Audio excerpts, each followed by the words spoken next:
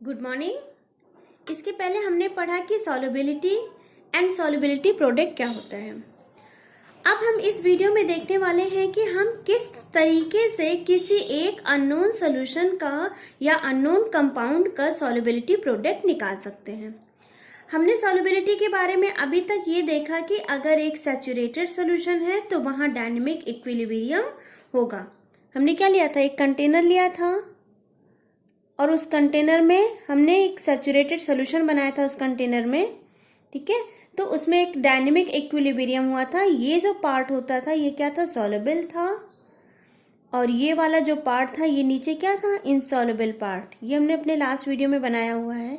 ये क्या था आपका, इनसॉल्युबल पार्ट था, और इन दोनों के बीच में, सॉल्युबल और इनसॉल्युबल के बीच में एक डायनेमिक इक्विलिब्रियम आ गया था। यहाँ तक हमने पढ़ा हुआ था, ठीक है। तो सॉल्युबल जब डायनेमिक इक्विलिब्रियम आएगा तो ये सॉल्युबल जो है इनसॉल्युबल में कन्वर्ट होने की कोशिश करेगा और इनसॉल्युबल सॉल्युबल में कन्वर्ट होने की कोशिश करेगा। तो लेट अस से मेरे पास एक AXBY टाइप का सॉल्ट है। कैसा सॉल्ट है, AXBY टाइप का सॉल्ट है और वो सॉलिड है। तो it will B equilibrium at, कैसे लिख सकते हैं इसको, मेरे पास मान लो AXBY टाइप का एक सॉल्ट है,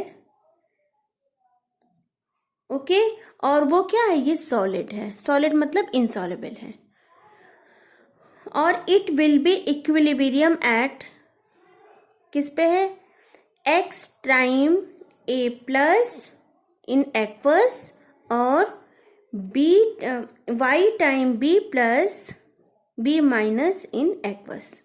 ठीक है, हमने पहले निकाला हुआ है। तो हम ना एक टारगेट लेते हैं और हम AgCl की सॉल्युबिलिटी पता करने की कोशिश करते हैं। This is one of the simplest salt and इसे कहा जाता है A1B1 टाइप का सॉल्ट। AgCl जो होता है आपका, ये किस टाइप का सॉल्ट होता है, A1B1 टाइप का सॉल्ट। और यहाँ पे KSP का मतलब क्या होता है, सॉल्युबिलिटी प्रोडक्ट। तो आप इसका सॉल्युबिलिटी प्रोडक्ट लिखते हैं, ठीक है।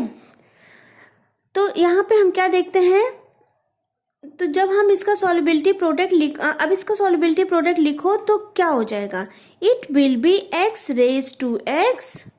कैसे हो जाएगा इसका solubility product, it will be X raise to X, Y raise to Y और S raise to X plus Y, okay.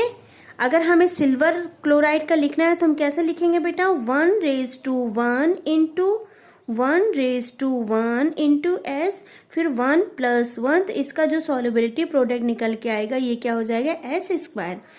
तो इसका जो रिजल्ट आएगा वो होगा सॉल्युबिलिटी स्क्वायर। अब दूसरी बात, एक काम करते हैं, इसका AgCl अगर सैचुरेटेड सॉल्यूशन में है तो एक काम करते हैं, आपके पास एक कंटेनर है, हमने क्या लिया है, एक कंटेनर है जिसमें आपने भर भर के AgCl डाला है और इतना AgCl डाला कि नीचे अच्छा खासा अमाउंट में क्या हो जा रहा है, नीचे अच्छा खासा अमाउंट में AgCl सेटल डाउन हो जा रहा है। वो हमारा सोल्यूशन क्या हो चुका है, सैचुरेटेड बन चुका है। और ये जो नीचे सेटल हो रहा है डेट इज इनसॉल्युबल। और कुछ AgCl जो यहाँ पे है ये क्या है, ये सॉल्युबल है। तो किस में सॉल्युबल है, प्लस माइनस, जो सॉल्युबल है वो डिसोसिएट भी हो रहे हैं, ये मैंने आपको बताया है, ठीक है। इस पार्ट को हम लिख सकते हैं सॉल्युबल और इस पार्ट को हम लिख सकते हैं इनसॉल्युबल, ओके। हमको कितना सॉल्युबल है तो पता करना है, कितना सॉल्युबल है यही तो हमको पता करना है। तो this will be our AgCl, क्या हो जाएगा, इन सॉलिड स्टेट। और यहाँ पे Ag प्लस और Cl माइनस वो आपका एक्वस स्टेट में होगा। तो इक्विलिब्रियम किसके बीच में आएगा, तो AgCl that is in solid state. तो जो इक्विलिब्रियम आएगा वो हो जाएगा Ag प्लस इन एक्वस और Cl माइनस इन एक्वस। दोनों के लिए सॉल्युबिलिटी क्या हो जाती है, S। तो जितना Ag आया है उतना ही क्या है, Cl भी आया है। मतलब जितनी सॉल्युबिलिटी Ag की होगी उतनी ही सॉल्युबिलिटी Cl की होगी।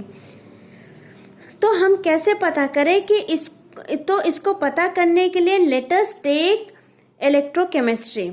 अब यहाँ इलेक्ट्रोकेमिस्ट्री कैसे घुसती है, तो एक काम करते हैं, एक सेल सेटअप करो और आप एक कंटेनर लो और उस कंटेनर के अंदर यहाँ पर सैचुरेटेड सॉल्यूशन लो। ओके,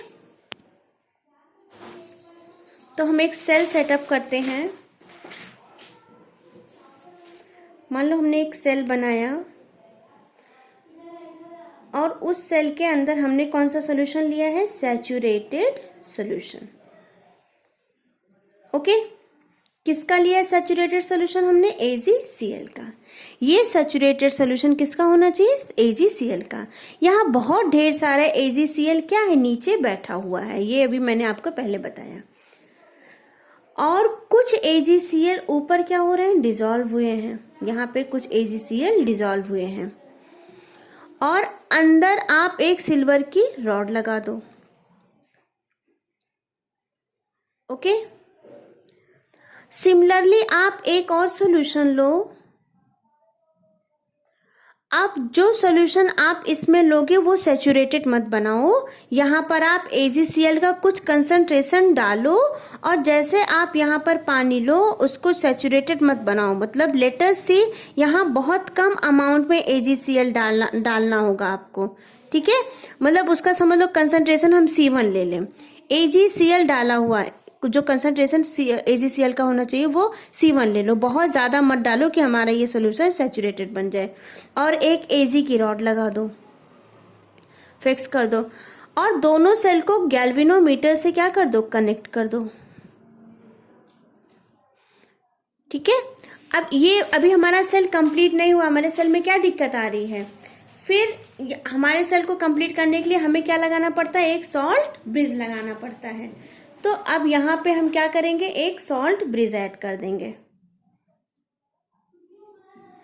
यहाँ पे हमने एक सॉल्ट ब्रिज ऐड कर दिया। हमको पता है कि ये इलेक्ट्रोड जहाँ पे एनोड का काम करेगा, ओके, वो मतलब जहाँ पे इलेक्ट्रोड एनोड का काम करेगा और वो इलेक्ट्रोड जहाँ पे कैथोड का काम करेगा, तो हमें पता है कि वहाँ पे रिएक्शन क्या होगी। जैसे हमने ये क्या लिया, ये सॉल्यूशन लिया हमने नॉर्मल, जिसको हम बोल सकते हैं अनसैचुरेटेड सॉल्यूशन। यहाँ पे ये किसका काम कर रहा है, यहाँ पे ये एनोड का काम कर रहा है, ठीक। और एनोड पे हमेशा कौन सी रिएक्शन होती है, ऑक्सीडेशन। यहाँ पे ये सेल किसका काम कर रहा है, कैथोड का, और कैथोड पे कौन सी रिएक्शन होती है, रिडक्शन। नाउ एक काम करो, ऑक्सीडेशन लिखो जरा, कैसे होगा ऑक्सीडेशन। यहाँ रॉड पे चिपका हुआ Ag प्लस बनकर बाहर आएगा, तो how will you right oxidation reaction. तो ये बहुत ही आसान होगा, इसका ऑक्सीडेशन रिएक्शन हम कैसे लिख सकते हैं, Ag, ठीक है, जो सॉलिड स्टेट में था ये Ag प्लस बनकर बाहर आया है और इसने एक इलेक्ट्रॉन लूज किया है और ये सैचुरेटेड सोल्यूशन है आपका, ठीक। अगर यहाँ Ag इलेक्ट्रॉन लूज करके बाहर आया है तो उस सेल पे Ag, इस वाले सेल पे Ag का डिपोजिशन भी होगा, ये हमने आपको बताया है गैल्वेनिक सेल में, ओके। अगर यहाँ पे Ag अपना इलेक्ट्रॉन लूज करके बाहर आया है Ag प्लस के फॉर्म में, तो यहाँ इस सेल पे क्या हो जाएगा, डिपोजिशन शुरू हो जाएगा किसका, इस सोल्यूशन से Ag जाके इस रॉड पे चिपकने लगेगा। तो यहाँ पे कौन सी रिएक्शन होगी, तो यहाँ पे जो रिएक्शन होगी वो क्या हो जाएगी, Ag प्लस, और ये हमने कंसंट्रेशन कितना लिया है, C1, ठीक। और ये एक इलेक्ट्रॉन एक्सेप्ट करके इस पे डिपोजिशन शुरू कर देगा और ये सॉलिड स्टेट में कन्वर्ट हो जाएगा, ठीक है। तो ओवरऑल इस रिएक्शन को देखो तो क्या हो जाएगा, ये इलेक्ट्रॉन इससे कैंसिल हो जाएगा और क्या कैंसिल हो सकता है आपका, ये इससे कैंसिल हो जाएगा। तो जो हमारा आएगा वो क्या हो जाएगा, Ag प्लस कंसंट्रेशन 1, ये क्या हो जाएगा, Ag प्लस, ये हमारा सैचुरेटेड है, ठीक है। तो ये जो सैचुरेटेड है इसको हम अननोन भी कह सकते हैं। अब एक काम करो, नर्स इक्वेशन लगाओ। नर्स इक्वेशन क्या कहता है, आई थिंक विजिबल होगा। नर्स इक्वेशन जो होता है वो क्या होता है, E of cell is equal to E not of cell minus, ये हमने कैलकुलेट कर दिया 0.592 अपॉन n। यहाँ पे हमने RT अपॉन F को कैलकुलेट कर दिया तो हमारा ये वैल्यू आई है log टू द बेस 10। और ये क्या हो जाएगा, कंसंट्रेशन ऑफ Ag प्लस ये हमारा क्या है, अननोन, और यहाँ पे क्या हो जाएगा, कंसंट्रेशन ऑफ Ag प्लस ये हमारा क्या है, C1। ओके, अब एक चीज समझते हैं, जैसे ऐसे गैल्वेनिक सेल जिनके दोनों इलेक्ट्रोड सेम सॉल्यूशन में होते हैं, जैसे ये दोनों सेल में हमने क्या सेम सॉल्यूशन लिया है, ये भी AgCl का है और ये भी AgCl का है, ठीक है, और हमने रॉड भी सेम ली है। तो ऐसे गैल्वेनिक सेल जिनके दोनों इलेक्ट्रोड सेम सॉल्यूशन पे हैं बट कंसंट्रेशन डिफरेंट होता है, उसे हम इलेक्ट्रोलिटिक कंसंट्रेशन सेल कहते हैं। और जो इलेक्ट्रोलिटिक कंसंट्रेशन सेल होता है उनका जो E नॉट होता है वो कितना होता है, वो 0 के इक्वल होता है। किसके लिए, for concentration electrolytic cell,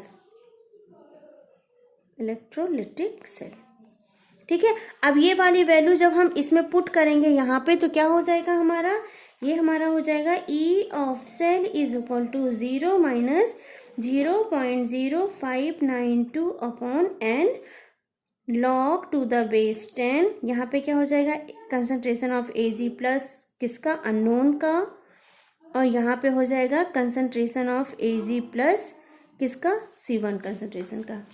okay, C1 तुमको पता है कि अननोन, यहाँ पे जो ये C1 है ये तो तुम्हें पता है कि इसका कंसंट्रेशन C1 है, लेकिन यहाँ पे जो अननोन है ये तुम्हें नहीं पता है, अब Cl का Ag प्लस जो कि क्या है, अननोन है, वही हमें फाइंड आउट करना है, और किस में, मोल्स में, ठीक है। अब क्या करते हैं, अब हम E ऑफ Cl का जो वैल्यू है उसको सब्ट्रैक्ट करो, C1 का वैल्यू सब्ट्रैक्ट करो और रीअरेंज करो। जब हम C1 की वैल्यू को इसमें सब्स्टिट्यूट करेंगे, C1 की वैल्यू को इसमें E ऑफ सेल का जो वैल्यू है, जो E ऑफ सेल की जो वैल्यू है उसको क्या करो, सब्स्टिट्यूट करो, और C1 की वैल्यू को सब्स्टिट्यूट करो और रीअरेंज करो, तो कंसंट्रेशन ऑफ Ag अननोन ढूंढ के निकालो। अगर कंसंट्रेशन ऑफ Ag प्लस तुमको ढूंढ के मिल जाएगा तो वो जो भी कंसंट्रेशन होगा obviously it will be in term of moles. Okay, एक बार मैं फिर से रिपीट कर दे रही हूं, मैंने अभी क्या बोला कि यहाँ पे C1 क्या है, C1 तुमको पता है, अननोन नहीं पता। अब E ऑफ सेल का वैल्यू सब्स्टिट्यूट करो और C1 की वैल्यू को सब्स्टिट्यूट करो और concentration of Ag plus unknown ढूंढ के निकालो। अगर concentration of Ag plus unknown तुमको ढूंढ के मिल जाए तो वो जो भी कंसंट्रेशन होगा obviously it will be in term of moles, और आप उस Ag के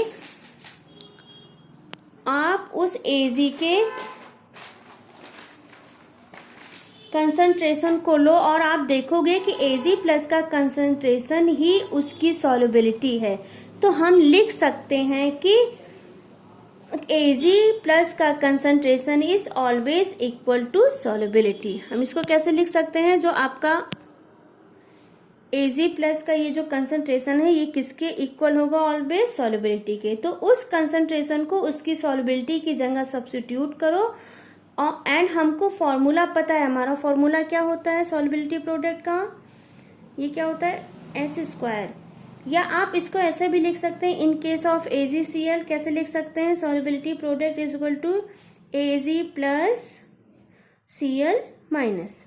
ओके, अब जितना Ag प्लस है उतना ही Cl माइनस है आया होगा, because it is 1:1 type of salt. तो इसको लिख सकते हैं क्या, हम लिख सकते हैं Ag concentration of Ag plus का स्क्वायर, क्योंकि ये दोनों सेम ही है, ठीक है। और यहाँ पे Ag प्लस के कंसंट्रेशन को सॉल्युबिलिटी कहा जाएगा, तो ये हो जाएगा सॉल्युबिलिटी का स्क्वायर।